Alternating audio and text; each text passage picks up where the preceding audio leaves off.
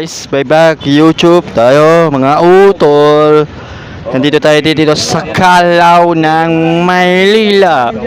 Itong araw ng June 28, 2025. Meron tayong gamit na yun na Pinoy Agimat dito sa Calao.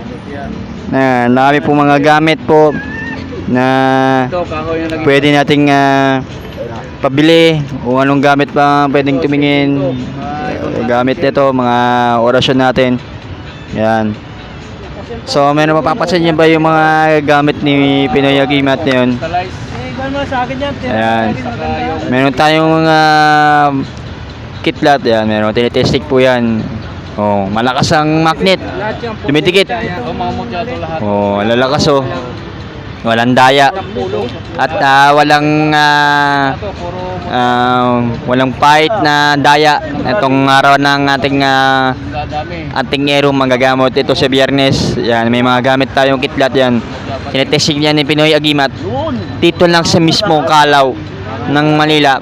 Kaya na sinabi ko sa inyo mga utol, kahit umulan, bumaa at lumindol, okay lang yan dahil dito pa rin si Pinoy Agimat para gabayan ng ating mga gamit at bumuli ng mga proteksyon pangkalahatan dito lang sa Calao. Mapapatpat lang.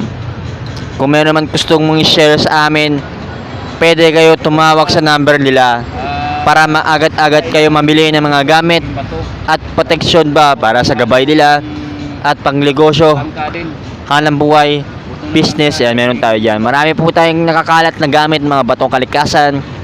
Yan. Hindi po ito gumagamit kami ng mga medalyon, ng mga tatso. Gumagamit din kami ng mga kalikasan ng mga nakukuha sa mga baybay ng mga probinsya. Kahit sa mga bundok-bundok, yan, meron yan. Kita nyo naman yung mga kitlat nila, tinetesting nila yan. Sobrang lakas ng gamit.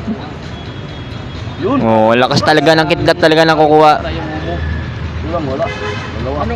Kasi ito totoo lang, mahirap manganting ng mga gamit, lalo na pag meron kayong mga dasal ng orasyon sa inyong sarili, para hindi kayo gambalain ng mga nakatera sa ibang mga lugar or mga ikanto, mga lamang lupa or mga nakakatakot na nila lang na naninirahan dyan sa ibang lugar. Yun lang. Pero ibang klase ng mga kitlat lang nakukuha nila, napapatpat lang. Pero ang lakas ng magnet, kitang-kita na naman po. Maraming makukuhang kitlat at marami rin makukuhang gugis. May gugis na ipin, mayroong gugis na banga, mayroon din gugis na parang paa. Pero maganda rin ito, pangkalahatan, protection. Iwas ka rin to sa disgrasya, kapamakan, meron din tayo niyang gamit yan. Marami po yan, punong-puno yan. Puno-puno yan. Meron tayong gamit dyan, ano? Oh. Yan. Ito may salita. Tapos may mga material. So yung kidnap niya nakuha sa grupo nga pinadala sa akin, nandito yung mga gamit natin na nagmagnet.